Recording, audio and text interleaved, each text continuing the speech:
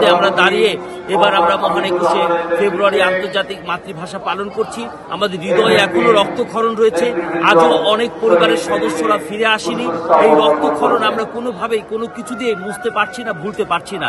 তারপরেও সালাম, বরকত, রফিক, শফিক যাদের রক্তের উপরে দাঁড়িয়ে এই আন্তর্জাতিক মাতৃভাষা, আজও তাদের কোনো স্বীকৃতি নেই।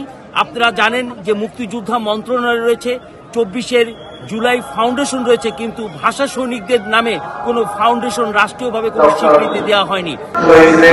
শহীদ থেকে শুরু করে স্বাধিকার আন্দোলনের 69, 71 এবং সকল শহীদদের প্রতি আমাদের বিনম্র শ্রদ্ধা। যারা আহত অবস্থায় তাদের দ্রুত জন্য আমরা দোয়া আপনারা সবাই এই আন্দোলনের ইতিহাসের সবচেয়ে কঠিন সময়গুলোতে বিগত সময়ে যে অত্যাচার, নির্যাতন, নিপীড়ন করেছে এবং আমাদেরকে যেভাবে আমরা জেল এবং আমরা জুলুমের শিকার হয়েছি সেটা আপনারা জানেন। আপনারা আপনাদের মিডিয়ার মাধ্যমে দেখেছেন তাদের প্রশাসন, তাদের পেটুয়া বাহিনী, তাদের সন্ত্রাসী গুন্ডারা যেভাবে আমাদের উপর হামলা, আমরা এইভাবে আসতে পারিনি। আজকে সেই জুলাই আগস্টের সেই বিপ্লবের ফলে আমাদের দেশের ছাত্র জনতারা তারা যে বিপ্লব করেছে এবং আমাদের যে 17 বছরের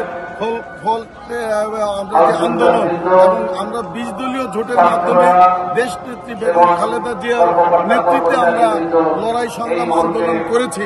পরবর্তীতে নির্বাচনের আগে আমরা যখন দেখলাম যে এই বৈষম্য বিরোধিতা হচ্ছে, দেশে সুষ্ঠু নির্বাচন হবে না, যার কারণে আমরা 20 দলীয় জোট থেকে ভেঙে আমরা 11 দলীয় জোট মানে অর্থাৎ সমমনা জাতীয়তাবাদী সমমনা জোট করেছি। আমরা অলিহাদের অনুসারী, আমার নেতা জননেতা অলিহাদ, তিনি 52 ভাষা আন্দোলনের অগ্রগামী একজন 144 ব্রেগের প্রথম 144 ব্রেগের জন্য তিনি প্রথম ভোট দিয়েছেন।